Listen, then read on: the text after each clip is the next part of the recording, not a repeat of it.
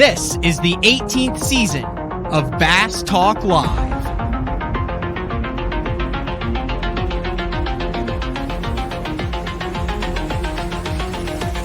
With your host, Matt Pangrath. BTL is brought to you by Lorraine's, Bass Cat Boats, AFCO, Strike King Lures, Sunline, Big Bite Baits, Spro, X-Zone Lures, Gamakatsu, The Bass Tank, Denali Rods, and Pro Guide Batteries. PTL, coming at you! Good morning and welcome to another exciting edition of BTL Bass Talk Live, where we are going to talk about bass fishing. Got a good show today. Guy I've known for a long time. Bounced a lot of business ideas off of him throughout the years.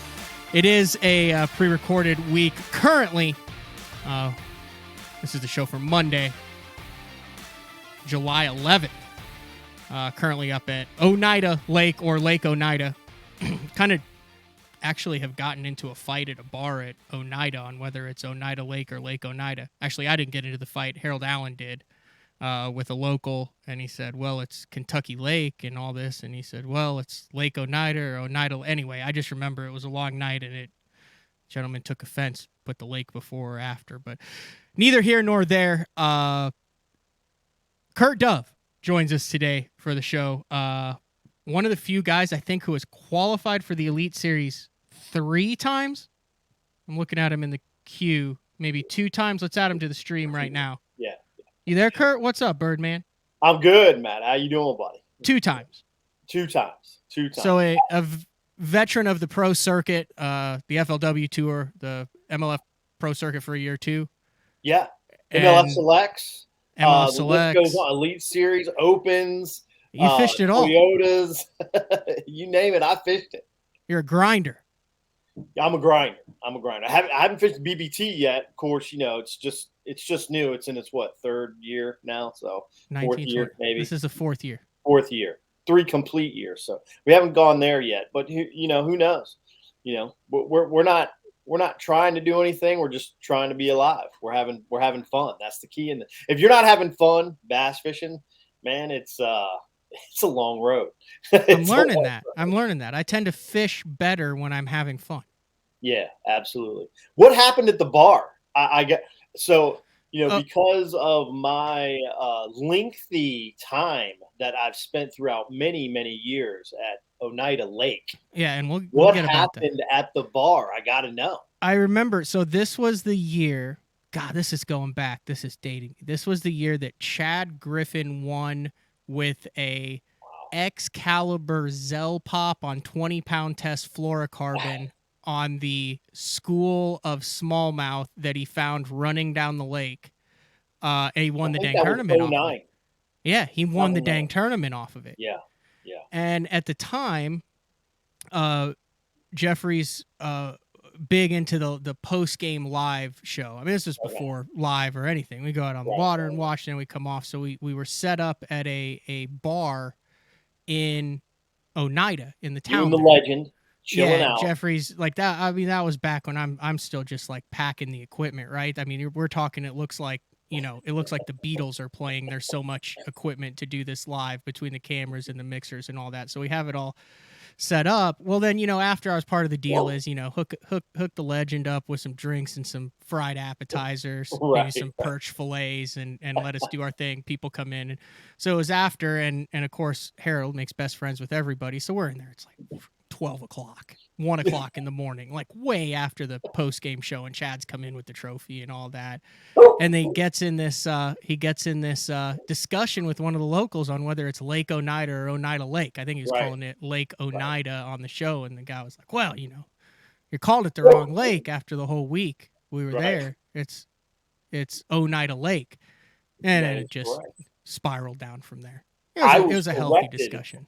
I was corrected on that many times that it is not Lake Oneida. It is Oneida Lake. Very important. They're very serious about that. So doesn't surprise me at all that the legend almost got into fisticuffs there. That's pretty funny. But yeah, Oneida Lake, man, it's been a lot of history on that body of water. A lot of Elite Series history. The FLW days didn't go too much. You know, they had a few EverStart, Stren, Toyota Series type events there, but obviously a mainstay in the bass world with the Elite Series and the Open events there. So of course they just keep knocking them down, and it's a fun venue and a place that again, just because of the timing, has tons of history. A place that I think maybe in 07, 08 wasn't even on the map. And then all of a sudden, boom, it's like one of the biggest tournament venues in the country, quite frankly. It is. There's been some cool wins there, if you think about it, between opens, and obviously in this recorder we're just wrapping up the most recent Bassmaster Open on Oneida. But I remember like Ish punching a tube, flipping a tube in it, Biffle catching fish out of no inches of water for largemouth that a lot of the locals didn't even know existed. Rojas, frogging. You had Crete that almost won one, spiraling a tube offshore for smallmouth. You have an open win back when the A-rig wasn't illegal. You could still use it, where everyone was out on Shackleton just blowing with the wind, catching hundreds of smallmouth on an A-rig. You have like the Mayfly hatch. I remember watching Brent Chapman and Randy Howell throwing walking baits out in the middle on the shoals, just blowing the bait 3-4 foot out of the water, and as soon as it lands, another one smokes it. And the thing I remember about it was there's a portion of that lake there. There's a guy there. Okay, you'll know exactly where I'm talking about. I'll never forget this because I said this is the most diverse fishery I've ever seen. So we're in it. I'm covering an Elite Series tournament, shooting photos, doing live coverage. There's a guy skipping docks, going down the row of docks. Within sight, there's another angler punching a hydrilla mat for largemouth with an 8-foot flipping stick, and I'm watching a guy out on a shoal fight a smallmouth with a spinning rod. That is all going on within my vision of sight. Yeah, that's Oneida Lake. That's exactly what it is. That's how it breaks down. You know, it's cool when you see these history of these tournaments over time, because you really see how a lake changes, evolves, adapts into different type of fishery. Quite frankly, early in the Elite Series events there, and even early in the Open events there, you had largemouth was a pretty big player, and you could win a lot on largemouth. Over the last 5-6 years, that's really started to change. You see a lot more smallmouth, and a lot of that reason is because the gobies have become involved. There's a little bit less grass there, not quite as much largemouth cover as there used to be. Of course, we see that through those Elite Series and Open events, and it's always cool to watch. People ask me all the time about Amistad. Like, man, what happened to Amistad? It used to be just this amazing fish factory. Like, well, what happened to Gunnersville? What happened to Kentucky Lake? All of them go through these cycles of, even Clear Lake, right? I mean, you could take it out west where Clear Lake was 30-pound bags, and then it went through years where 15 pounds would win, and right now it's back to mid-high 20 pounds it takes to win out at Clear Lake. So you see all these cycles through these fisheries and how they adapt and change and transform, and we as anglers have to adapt, transform, and understand the fishery year after year, or maybe every few years change with it to continue to be successful there. Very good point. I would venture to say the only one who has never gone through the lull at Amistad is Denny Brower. Every time I get on Instagram or Facebook, he's like, here's another 10 from Amistad. Yeah. Everyone else is like, here's 10, 12 inchers. He's just smashing them out there. Never stopped. We had a youth fishing camp there about a month ago. And since then, he's had a couple 10-pounders since that camp happened. And he continuously catches them there for the most part. We did go through a crazy spell there in like 13 and 14, where actually I remember Denny and I being out on the lake with an AquaView camera, wondering where all these fish from 2007 through 2012 had gone, and because it went through such a down cycle Hmm. at that time, and we were waiting to find like piles of fish carcass at the bottom of the lake because we had no idea where these fish had went, and everybody was struggling. We fished an open there in 2013, and I think it took 39 to win a 3-day event. I finished in the top 10. I got lucky and had a couple good days. I struggled the third day, but had 30 and change, and had a top 10 there on a 3-day tournament. So you see those things change and evolve, and it's weird how that happens. So even the legendary guys have tough times every once in a while, but when it's average, they make it look awesome, and that's what Denny's doing right now at Lake Amistad. I think that aquaview is underrated. Like, What's that? like, do you use the aquaview more? I know a lot of the northern guys do. They don't really talk about it, but like, I just think there's so many cool applications that we could be using it in, and I don't think a lot of guys are taking advantage of it. Or maybe they are, and they're really not It's talking about it. it's pretty time consumptive. The person that I've seen it used the most and be most dedicated to is actually on the FLW tour, and that was Troy Morrow. Really? Um, Troy is very dedicated with the AquaView or some kind of underwater camera. I'm not sure if it Hmm. was the brand AquaView, but I don't want to peg him into a Yeah, I hole gotcha. He that was he's an looking under the aqua. water with a camera a lot But more than yes, the rest of us. yeah, he actually. I remember Rob Newell would even talk about it some in articles about Troy. Instead of fishing a spot, let's say he lived close to Lanier, so take Lanier for example.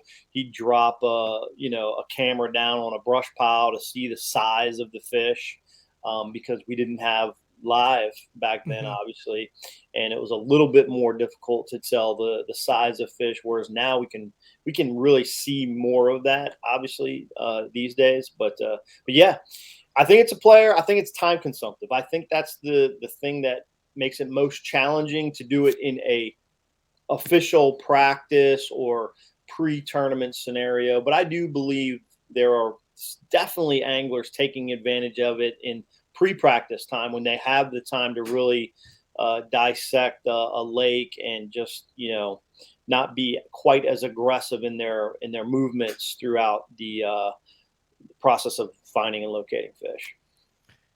Uh, they say you talk about Amistad. You've been in Amistad for how long now? Man, since 2008, so Wow.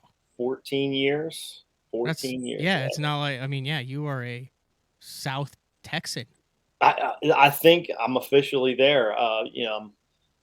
It's more than a fifth of my life, almost a third of my life there now. So yeah, I think it's becoming pretty official that I'm a South Texan Uh, and maybe a local at Lake Amistad. Originally from the East Coast, Virginia area, so very Yeah, familiar with Potomac, Chesapeake Bay, Oneida, all those kind of fisheries. yeah, I mean, not as much with Oneida, but all those fisheries up there. So you have East Coast roots that you've kind of transitioned down to Texas, but still spend a lot of time every summer, particularly when the tournament circuit takes you up there, up in that kind of New York East Coast area. What, say a month and a half, pretty much every summer. yeah. Pretty much. Usually, we'll leave after mid June, and those events start happening. Up in the Northeast. A couple weeks ago, they had that Toyota event on the Potomac. So of course, I watch all those events still really close. I Boy, they think it was caught the the week. heck out of them limit wise. Like I did, I thought the Potomac was in a downturn, and it was like everybody had like 11 to 12 pounds. It seemed. That's another one. Another great.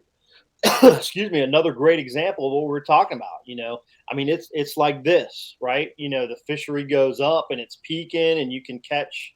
You know, I mean, at one time it would take 23 to 26 pounds to win on the river, on the Potomac River. In the springtime, and it would take 20 a day to do well in the summertime. And then you're right. You're exactly right. 2-3 years ago, 13 to 15 was a good bag. Now it's back up there. I think day one of that tournament, it took 17 or close to 18 pounds to scratch like 15th place the first day of that event. It slowed down a little bit as the week wore on in that Toyota event on the Potomac River. But yeah, they cracked them pretty good. A lot of blue cats there, right? Don't you catch a ton of catfish on the Potomac, or was that just like a cyclical thing? I just remember when I was there covering a event, it seemed like every hook set was a freaking catfish. Yeah, they've got a lot of catfish there. Yeah, and all the East Coast rivers. You know, the James is known as a catfish. Never caught a catfish out of the James. Yeah. I Giant catfish factory. 14, 15 days out there. I've never caught one out of the James. Well, that's also cover oriented. You know, there's not as much grass. They don't get as shallow. So, you know, it's the style of fishery as well. Then there's not as many catfish in the Chick, which I know you spent a lot of time there. So 100%. There's typically a rule on BTL that if the dog barks, you have to show it, but for your own safety, I won't really? Make you. Oh, we can do that. Oh, you can? Okay. Yeah. Oh, yeah. Where's she at? Where's she? Chippy. See, she's staring at the wall over there. Oh, who is that? That's Chips. Oh, okay. Yeah. I couldn't tell. It was like a little silhouette there. Yeah, she's staring at the wall because when the cars go by, she chases lights because she's crazy. That's what I say. Yeah, if you ever plan on robbing Kurt Dove, you better bring you better bring a piece of meat. Yeah, you better know how to sew up flesh because you ain't getting out of there without missing part of yourself. Matt, unfortunately, yes. Just so the listeners know where that's coming from, Matt has felt the wrath of the Chip. Nothing bad. It was just slightly attached to the foot for 30 to 45 seconds till I made my way to the pantry. Right. No hard feelings. I like Chip. We've hung out together by ourselves before, like during bass camp while you're taking care of business. We have a love-hate relationship. If I was grabbing some chicken fingers off your plate, you might slap my wrist. Right? Full disclosure though, you actually, that was out of the kindness of your heart that Chips has a home. Yes. Yeah. Actually, that's boat true. Boat ramp dog. Yeah. Boat shed. That's boat correct. Shed dog. Yeah. My boat storage. She was cruising around the boat storage, and my wife Rhonda and I, we got a Chips from it. We used to have a dog named Salsa. That's why this dog's name's Chips. Yeah, Salsa was what are those ones that are just like a head and then a boosh, big fur ball. Big body. I think actually, what's ironic is Salsa and Harold, the legend, actually had an encounter. They did? They did. Like Salsa latched onto the legend? Yes. Salsa did latch onto the legend at one point. How did that go? So it's like keeping it all in the family. It went okay. I mean, obviously Harold was did he threaten to shoot? Did he threaten to shoot Salsa? Because I could see. But Salsa went in the room after that. I'm not sure what. Maybe it's like a BTL thing. Maybe it's an honor then. It's an honor then. It's an honor then. One of the reasons that I definitely wanted to get you on was to talk about the Kurt Dove Pro Bass Camp. We've talked a lot about that over the past year. Has been on the show live from Lake Amistad when we've done it. You wrapped up a little over a month ago, back-to-back shows on Lake Amistad, back-to-back weeks on Lake Amistad with it, and now you have we're on the verge of your northern camp, which is on Oneida Lake. Today, the 11th, is check-in day, so the campers are checking in. It is. And we've kind of gone over it in the past, but dude, that's a really, really high level cool thing that would not exist if you hadn't had the concept for it and then put in all the hours for it. Just if you haven't heard of it, how would you kind of describe what Pro Bass Camp is? Yeah, Pro Bass Camp is, if you grew up playing football, basketball, baseball, any ball sport, and you were really trying to excel at it, you probably went to summer camp or an overnight summer camp. I played basketball growing up. I went to overnight summer basketball camp growing up. I lived, in the Washington, D.C. area growing up. That's why I'm, Fairfax, Virginia, East Coast guy originally. And I went to George Mason University basketball camp, who at that time, Joe Harrington and Rick Barnes were the coaches. And if you really wanted to excel at a sport, you really have to go to these styles of camps to kind of further your intellect, skill level, all the things it takes to do well in a sports environment. And that's the same thing with bass fishing. So basically, the concept came out of my youth and enjoyment and passion for basketball, and now as an adult having an enjoyment and passion with the sport of bass fishing, wanting to provide that outlet for kids and for youth that really want to be a part of the world of bass fishing, from obviously now the high school level to the college level to potentially fishing opens, or maybe even getting into fishing the pro circuit or the elite series or the Bass Pro Tour sometime in their career. It just, aspirations are what it's all about. And if you have big aspirations, you got to put in big work. It takes a lot of time and effort to be successful. These days you have to be, seems to be, you got to be a specialist. And I think when I was a youth, athletic person, you didn't really have to be specifically a specialist at a sport. Just naturally, those things kind of occurred to where you rose up to a high level, maybe in a specific sport of many you decided to play. Whereas nowadays, I feel like to be really, really good at a sport, no matter what sport it is, bass fishing, basketball, football, baseball, whatever, you really have to, focus your intention on that sport and activity to rise above the rest of the competition, because it is tough out there, no matter what sport you're involved with. And you've got to get the best training, the best skill set, and the best experiences to become the best you can at that particular sport.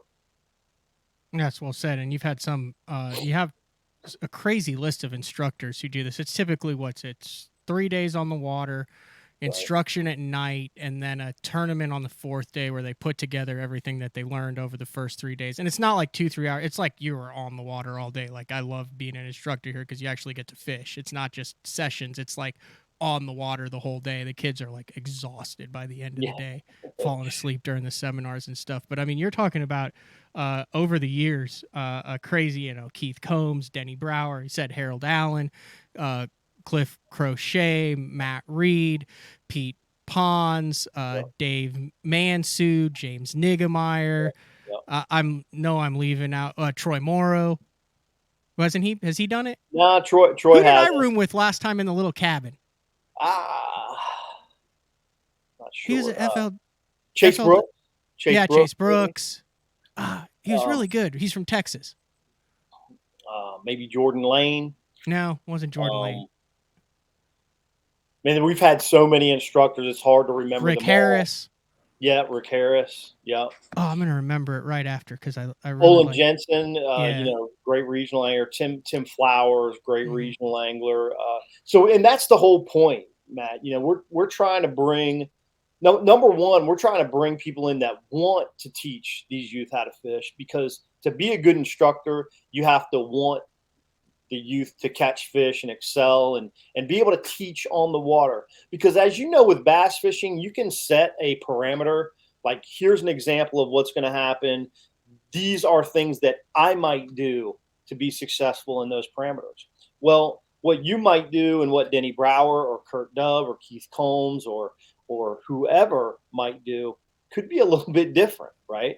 Mm-hmm. And so there's a lot of scenarios that each day the youth anglers will go out with a different angler, instructor meaning, and find out what it is that they're keying on, what they're focusing on, what baits, lures, and techniques, so that they can excel at the whole process. And ultimately, we want to make sure that we're not just, out there trying to find waypoints or trying to find, everybody else's information to find out how to catch fish. And I'm not saying that those aren't important, because we all know information gathering is important in the sport of bass fishing. These are big, unique, complex bodies of water that we travel all around to fish in. But getting that information and then being able to utilize it correctly to be successful are two totally different things, because I can't give anybody a waypoint that says X marks the spot, go throw Y, and you will equal success. The Hmm. rarity of that happening is ongoing. It It like almost I would never. say like smallmouth in the summer is Right. pretty much the only time like, hey, there'll be a fish on this rock. Yeah, yeah, I and mean that, that that other, and then you don't even know how big it is.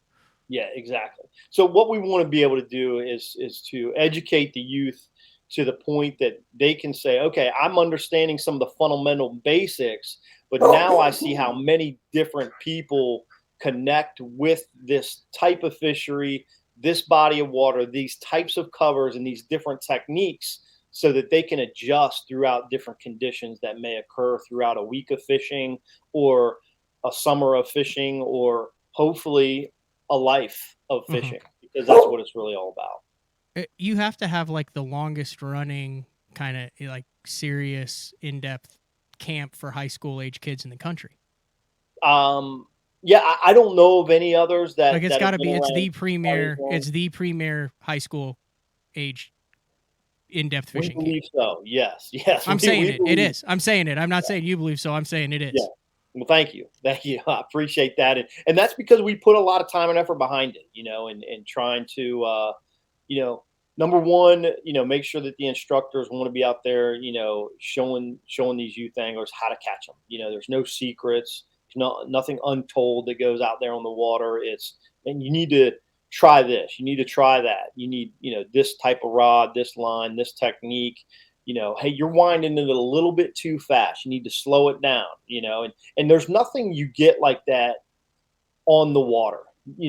There's a lot of great programs out there that teach classroom lecture, and those are important. But on the water, getting the bites, and that's why I love doing it at Lake Amistad early in June, the first couple camps, and that's where this camp started, was because you get a lot of bites. I mean, generally every boat is catching between 25 and up to 100 fish a day, but generally between 25 and 50 bites a day in every boat. And if you want to be good at something, you got to get the bites on those lures and on those techniques to really understand and get some positive reinforcement and feedback that you're doing it correctly, and have confidence. That's good stuff. And then just the kids coming from all over the country and kind of your geographic location to Oneida added a third one. What, 2 years ago now? Yeah, this is our fourth year up at Oneida Lake. Of course, part of it was because I love the area. Really, wanted to do something on a smallmouth fishery. Essentially, is what it was, and love the St. Lawrence River, love Ontario, some of those things. Love Champlain. All these lakes up in New York. I mean, New York. When you tell a non bass angler or somebody that's just getting into fishing that one of the top, I would say, top three states in the country for bass fishing, New York's one of them. Definitely top five, but I would probably put it in the top three. And so you want to be where the fishing is awesome, and it is that way. Especially early in the year. If you can stay in the month of July and kind of stay out of August, even though the fishing's still really great up there, it's phenomenal in the month of July. And just like most places, it starts to taper off a little bit, or come down that bell curve in that month of August, and then it ticks back up really fast there. By September, you're starting to get some of these cool fronts coming in, and they get the feedback on again late September and October. Whereas like down at Amistad in September, it's still freaking hot. It's It's hot not all the bad. time there, man. Yeah, yeah, but that's why we transitioned up north. Wanted to get into the smallmouth deal. Oneida Lake, just the perfect place. At that time when we started, 4 years ago, more largemouth. Now it's a lot more smallmouth as well. And I say more largemouth, meaning like it's a 50-50 lake. Yeah. If you want to go up to the bank, just like you described earlier, and catch a largemouth, and you find the right cover, bang, you're going to catch one. And you can move out, 50 yards and catch a smallmouth. And that's a cool, very unique thing on a fishery, especially, there in New York with natural lake environment. Um, just some logistics then. If you guys want to look it up, if any of the listeners want to look it up, you have a kid who's what 13 to 17 Yeah, basically. It's pretty kind much. of a case by case basis. I've seen some younger kids and Right. some 17, 18-year-olds there. Yeah, But that high school age is the wheelhouse. yeah, pretty much. Once they go to college, sometime if they've been to camp for years and years and years, and they want to, and I say that by, we've had campers come 6 straight years. It becomes part of their summer routine Mm-hmm. throughout high school. And we've had a few kids like, man, I want to come back another year. Kurt, would it be all right if I came back after my first year of college? And we're like, dude, you want to come? We want to fish. You want to learn Yeah. how to fish? We want to teach you how to continue to fish better. So we're all about that. But yeah, you're exactly right. Kind of a case by case basis. We've had campers as young as 9. So just kind of parental discretion. Our general guideline is 12 to 18 years old. That's the general guideline. Yeah, and a lot of serious fish. I'd say 75-80% of these kids that here are just ate up with it. It's not like I'm gonna say. I'll be honest. It's not like a learn to fish camp. It's like it's learn to fish more better. Yes, I would agree with that. Although I will say too, we've had a few youth anglers, come into the camp that weren't great fishermen or were just getting into bass fishing, but because of their surroundings and the networking they do within the camp with other campers, mostly, they become better. They become more better, more faster. There's the camp tag. Get more, better, more faster. They become better quicker because of their surroundings and what they're thrusted into as far as just knowledge, just general knowledge. So the camp's a great thing, man. I love doing it. I wish I could do more. I don't know why you don't. Like, I think this should be your thing, dude. Like, why can't you do like 6 of these things? Like, you have it dialed in. Well, yeah, we haven't even gotten into your other job in the industry: angler, camp counselor, leader, and right. Hayabusa. Yeah, so there's a lot, but it does great things for Hayabusa as well. Companies that are really interested in getting some branding in with youth. I follow these kids that go to camp, a lot of them on Instagram, and they like all hashtag Hayabusa. Yeah, it's funny. There's a picture of them from like their local lake pond standing in there, like Hayabusa really stuck him. It's like Kurt's got him. Yeah, between that and my relationship with Ima there with Matt Payne over at Optimum Baits, there's a lot of great branding. Luz has been involved with the camp through our relationship with Dave Mansue, longtime camp instructor. So there's just a lot of companies. Missile Baits has gotten involved. John Cruz really loves the program. So there's just a lot of companies that see the value in introducing quality products to youth anglers, because what happens then is just like you and I, what we've had success with early in our careers and as we grew up fishing, we always have one of those in the tackle box because we know it works. And even if it's not something we throw a whole lot anymore, it's something that we don't go fishing without. Right. And that's part of the great thing about, camp as well is just, being able to show these youth anglers what really works, because you can save a lot of money from buying things that don't work because we know there's a lot of out. I've been on a couple rants lately about making sure that we're educating the high school anglers in these tournaments to where they have every opportunity to succeed and not just attend and say they were there and wore a jersey. Right. And this camp is one of those things, teaching education. I will also say that I would liken signing up for the camp kind of like trying to get into the Bassmaster Opens.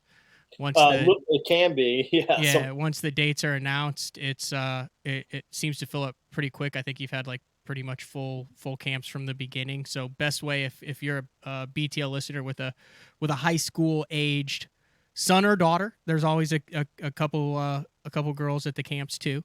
We used to have some ladies, and I saw a girl just won the national championship. They're on Pickwick. It was a co-ed team. Yep. So I thought that was super cool. It's great to see the the young ladies get involved with angling and just, get the outdoors enjoyment of all that stuff. So that was fun to see. But how do you get yeah, first so dibs to make sure you get some info on this for 2023? 2023. Yeah, usually, obviously we wait until the tournament schedules come out for the leagues, with BASS and MLF. And, once those tournament schedules are released, then we put a camp schedule together.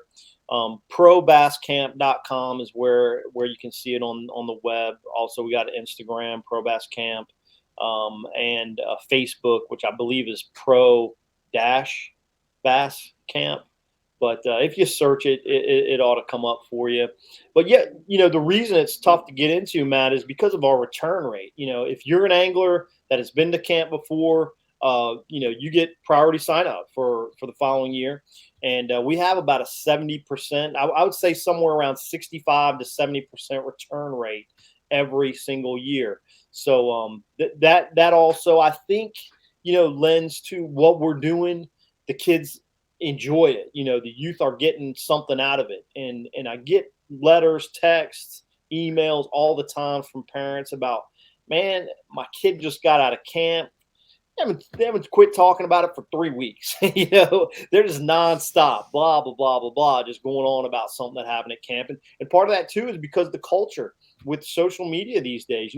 These youth anglers, some of these schools don't have big teams, and now they're able to talk to, 15 or 20 other youth that, are into bass fishing on a consistent level by, through social media platforms. So it keeps everybody in a tight knit group and in touch with each other throughout, months to come and until the next camp comes around. So.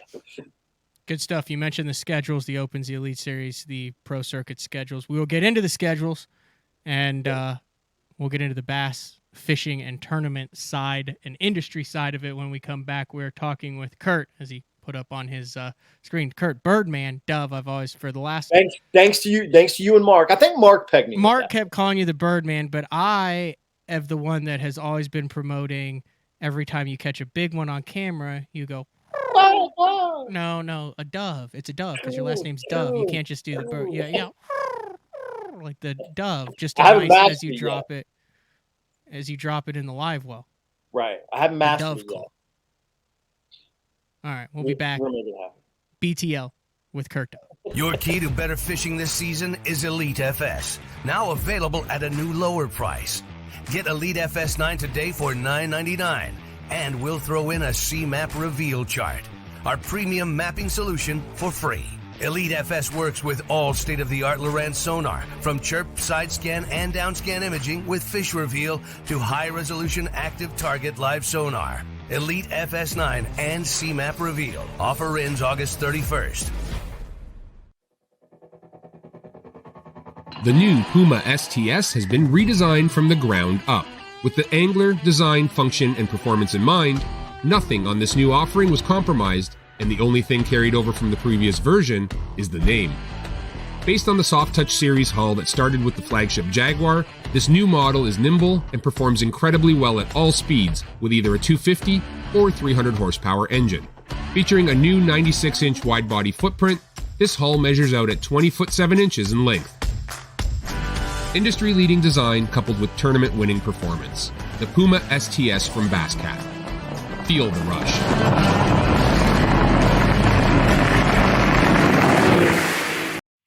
Elite Series Pro Daryl Gleason here. My Pro Guide batteries keep me going on those long tournament days and long practice days. Always plenty of juice, never fail. The best part about Pro Guide batteries, it's the people behind the company. They have over 40 years experience in the battery business, keeping all of us fishermen out on the water longer, catching more fish. Check them out at ProGuideBatteries.com. What's up, Bass Talk Live fans? Brandon Polnick here. And ever since I won a couple Bassmaster Elite Series events on X-Zone Lures, I've been getting a bunch of questions of what makes them so special and different. And really, the truth is, it's in the details. The little details, things like no cheap fillers in their plastic. That gives you more lifelike action, more realistic and vibrant colors. But don't just take my word for it. Go to www.xzonelures.com and check them out for yourself. We're just about ready to go, ladies and gentlemen. Get in order. Once again, Drew Cook is in the driver's seat. When you're catching fish for a living, you can't let a little cold, rain, heat,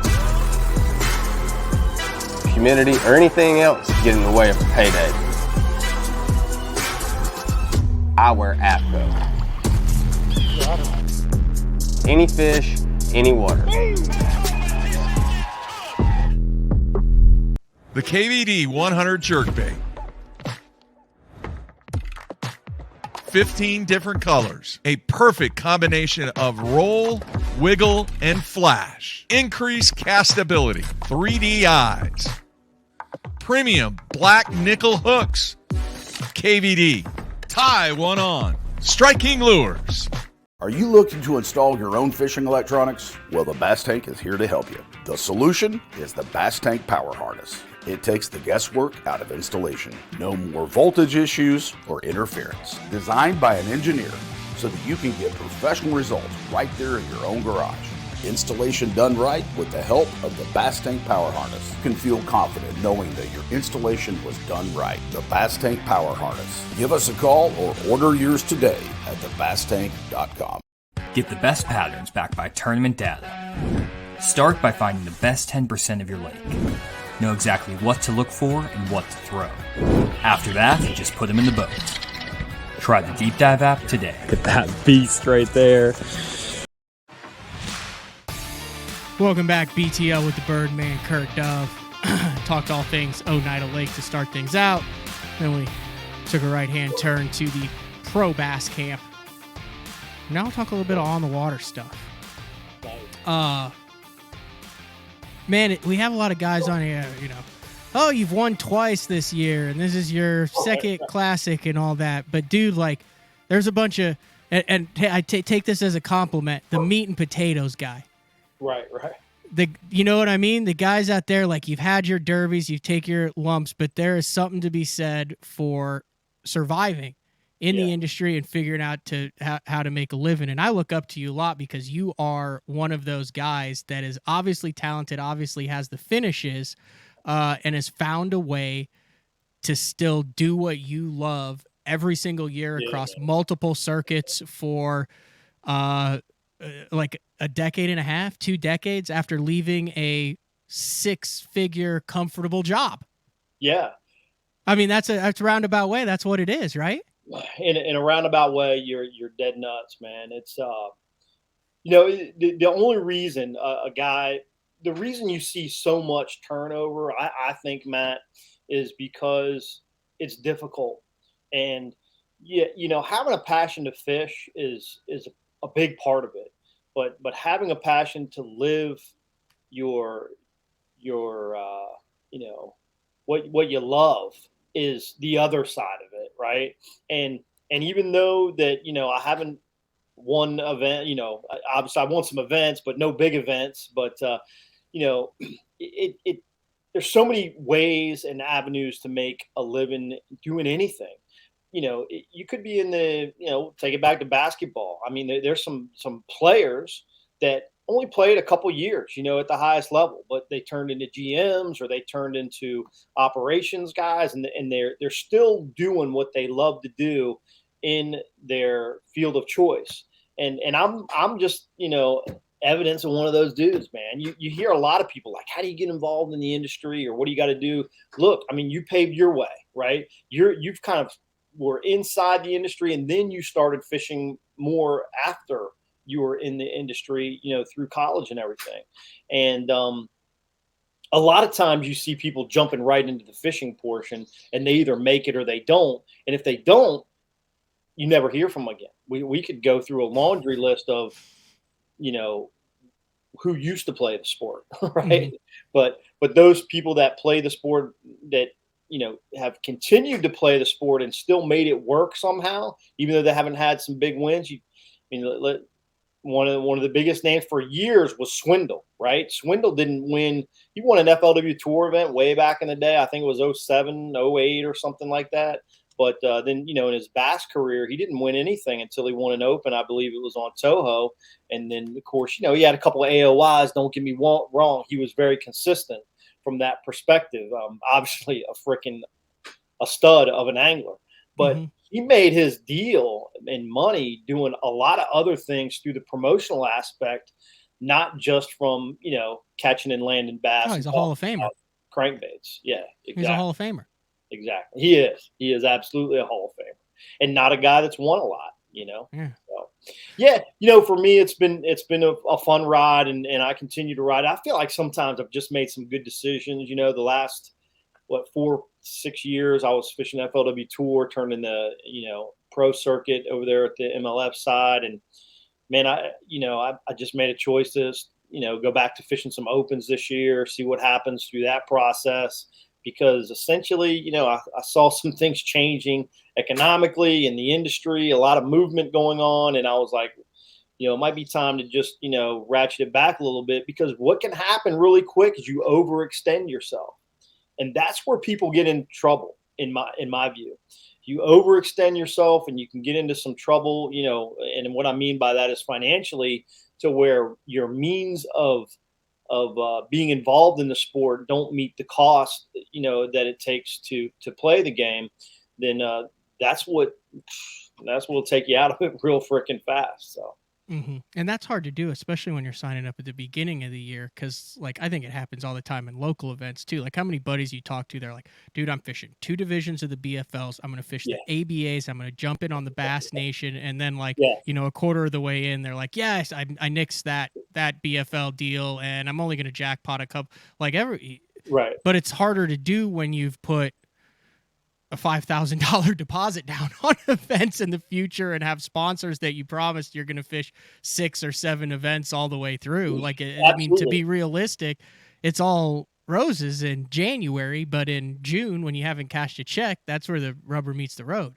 Well, that's where you gotta put the, cart in front of the horse, per se. It doesn't matter how strong the horses you think they are. If you don't have the cart that's going to get you through the journey, then no matter how good a horse you think you got, you don't know what's coming. You just don't know what's going to happen throughout the year. So you've got to be prepared for the full gamut of the process, and that's what I think a lot of people aren't quite, some people, I should say, not a lot, but some guys, they just don't, they're just not quite ready for what they're about to jump into.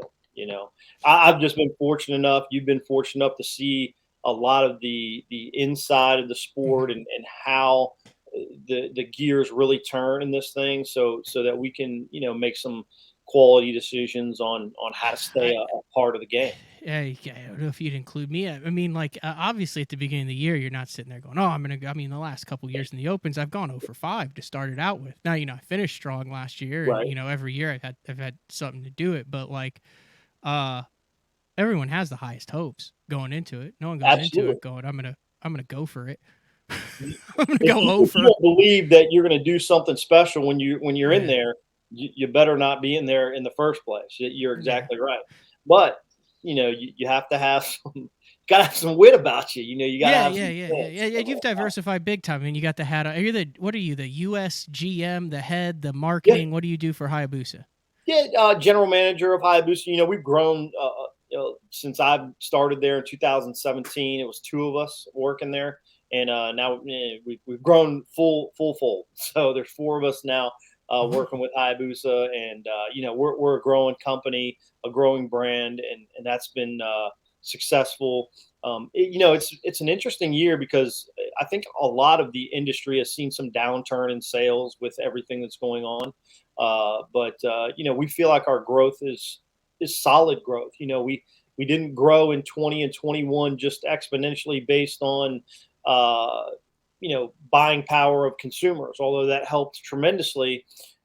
We feel like our growth is really solid from a structural standpoint. We've got a great foundation to continue moving forward. We've been really lucky. I know you had Nick on your show a while back, Gray on your show, and we've been lucky to have some pros that really love our product, that believe in what we're doing, believe in the Hayabusa brand and catching fish on our hooks, and that there's no. I mean, it's like KVD with Strike King. why was it so successful? Why do you see KVD on every Strike King box? Is because he believed in what he was throwing and he caught the fire out of him throwing it. And I feel like we're building that same repertoire with Hayabusa. So it's been really successful. Of course, doing the podcast as well. We're kind of podcast brothers. I know on the intro you talked about us banging some business ideas off of one another here and there. And with Bass Edge, it's been a long time, and we've been doing. I don't know if we've been 18 years. You guys are 18 years with you and Mark kicking this thing off way back when. But started podcasting in 2008. Bass Edge did, and I didn't start co-hosting the show until 2012. So I've been doing it 10 years now. That's pretty freaking amazing. With Aaron Martin, no S, just Aaron Martin. That's correct. And I just remember him as the Ditch Witch guy. That is, he was the Ditch Witch guy. He brought Ditch Witch into bass fishing for Ditch Witch was part of bass fishing for about 5 years, and that was his doing.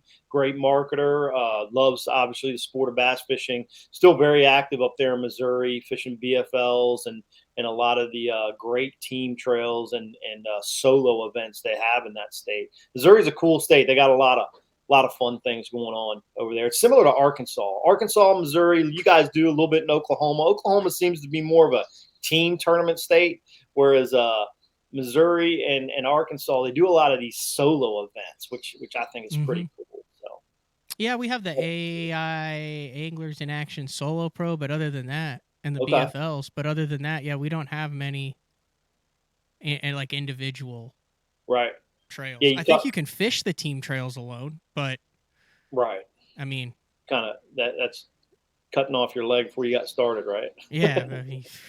That Arkansas, they had that Mr. Bass trail. Arkansas, Mr. Bass. There used to be a shop there in Hot Springs called Geared, and they were big on that. And I assume the Mr. Bass of Arkansas is still going on.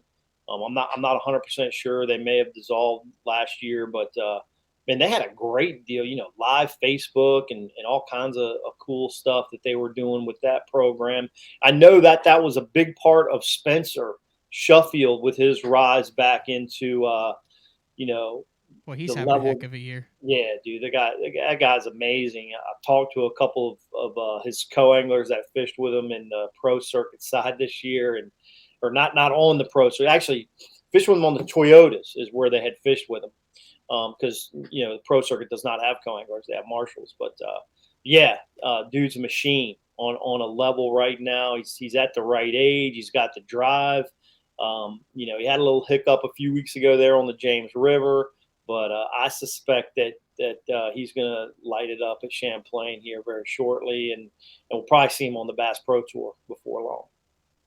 I was always intimidated to interview Ron, just with the Ron mustache. Sheffield? Yeah, the mustache and the look. He always he had that. He was a trucker too, right? He had that whole trucker thing going. He was sponsored by him. Remember they had all the trucks too that had the FLW logo on the back of them. Deep voice, real deep voice. He's probably the nicest guy in the world. I'm sure he is. Yeah. I just was always kind of intimidated. Right.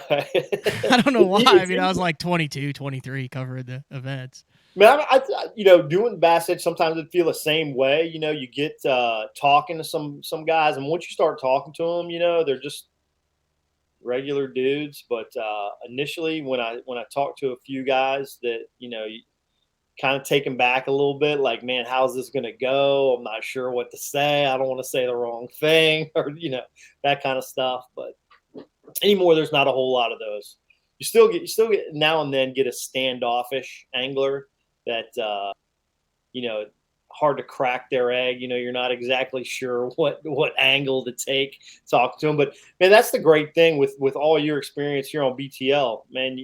You're really able to kind of suck the information out of them really well and get them to tell the listener exactly what is going on out there on the water. And that's what the education portion is all about. You can talk you can talk to a lot of people, man, and not really understand what they're doing or how they're doing it unless you ask some key questions. And asking some of the key questions is what really brings the value to the listener. So it's an important process of the game. It's all selfish motivations. I just have guys on who do what I want to learn how to do better, and then just ask them questions while they're live or while they're on the show, so they are forced to answer it instead of telling me to get lost. And that's what makes you a great host. I do the same thing on our podcast. So it's good stuff. We're going to take our final break of the show. When we come back, I want to get Kurt's thoughts on managing the on the water with the off the water, taking over BTL this year. See, that's what I'm doing right here, except for try to gain some information that I need here on managing it, like with your Hayabusa. We talk about this all the time, on how to keep a healthy balance while keeping the fishing alive and still growing the business. So BTL with Kurt Dove, back after our final break in just a couple minutes here. Vibrating jigs are a great choice for any time of year, and the Kamikaze Swim-On is a perfect match for any vibrating jig. 2 sizes and the unique tail design gives it a bait fish profile and a great swimming action for realism. There are 17 colors. See them all at bigbitebaits.com. The Spro Little John crankbait has been around for almost 15 years, and it is one of my go-to crankbaits whenever I need a fish in the boat, so you can never have enough new colors. That's why Spro's coming out with a handful of new colors, including Pearl Shad, which has this bleached out white look, but it's got this pearlescent, really, really pretty. We've got Copper Shad, which looks amazing in the water. It's got that purple flake on the back, really, really pops in the water. And then if you want some real pop, we've got Sparkle Shad, nothing but sparkles all over this thing. And then last but not least, we've got the matte Sexy Shad, just a really different looking color for a crankbait. So you want to give them a little different look, that matte Sexy Shad is definitely the one to go with. All these colors are available in the original Little John and the MD. Combining one of the most popular hook styles with Gamakatsu's beefier Superline offering, the Gamakatsu Superline Offset Round Bend delivers the strength necessary to target big fish in heavy cover. Well suited for braided line and heavier fluorocarbon, the Gamakatsu Superline Offset Round Bend is built using stronger Superline wire that allows anglers to easily fish a finesse worm around heavy cover. The round bend offers a larger bite area, perfect for any worm presentation, while increasing your hookup ratios. The newly enhanced Z-Bend holds your plastics on the hook longer, reducing the number of pull-offs and reducing damage to plastics. Available in 2/0, 3/0, 4/0, and 5/0, this is the most durable worm hook, designed for heavier lines that hold your bait on longer. Preparation is key to success. And that preparation starts well before you ever hit the water. You're only as strong as your connection to the fish, and your line is that critical connection. Confidence in your line every minute of every day on the water is a necessity, and failure, it's not an option.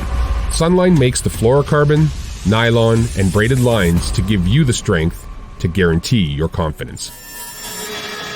The new Android series is the peak of the Denali lineup and offers the ultimate Denali experience. The Android series features 36-ton multi-directional graphite combined with interlock blank technology for added strength. Each rod is outfitted with Royal titanium guides that will not fail. The blank is fitted into an easy-touch, soft-feel EVA foam grip with exposed blank reel seat. This all allows the Android to transmit every movement of your bait and even the most subtle bites. The Android series is the finest rod Denali has ever made and offers an angler the ultimate fishing experience with a limited lifetime warranty.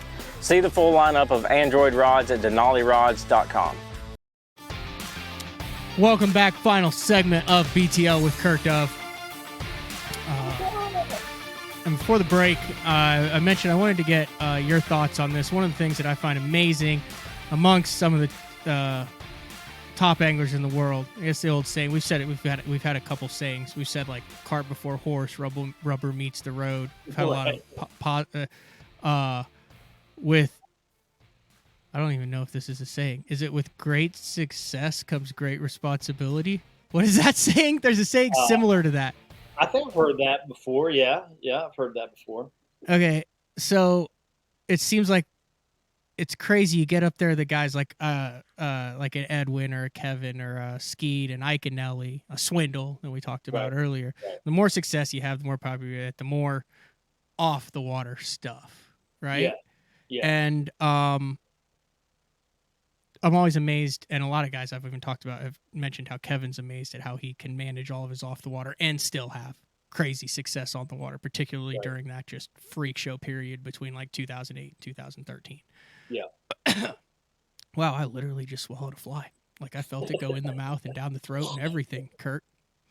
That's a first, just a little like that. I mean, it's in there. Like it's rattling around the jugular.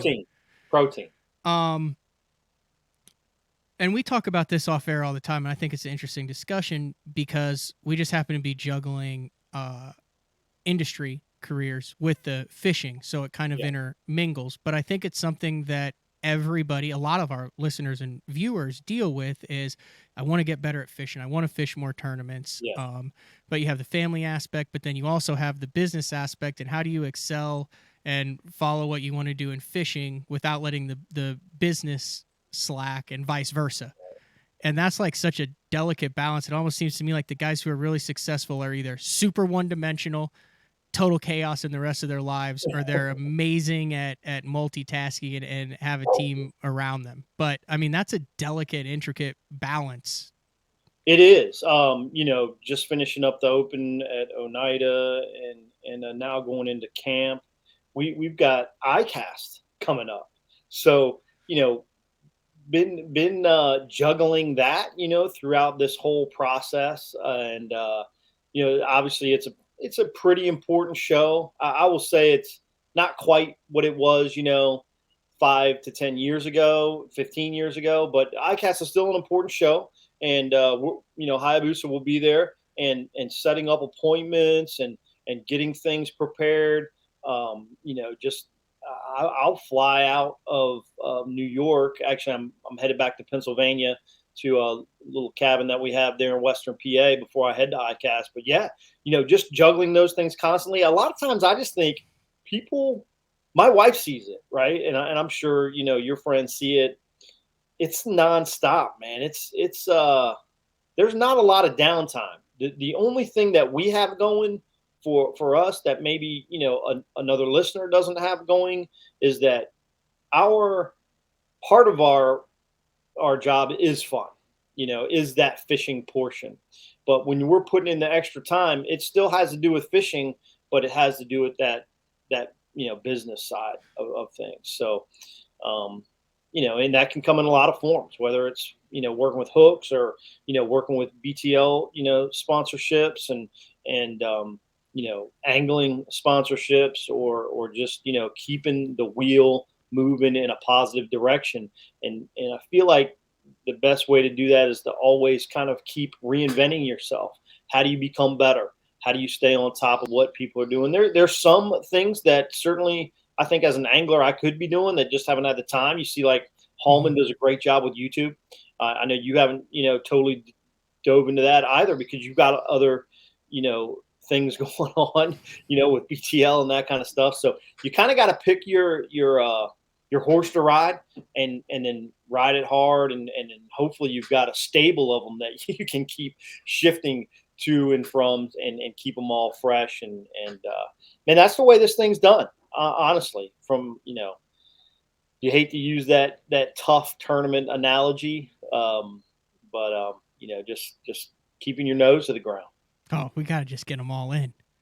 Nose to the ground. Oh, we got it. Do you compartmentalize? Like when it's derby time, is it derby time? Are you able to completely unplug, or is it even capable, or is it like it is? Because it is in the industry, so it's a unique thing because you have a lot of stuff that kind of molds together.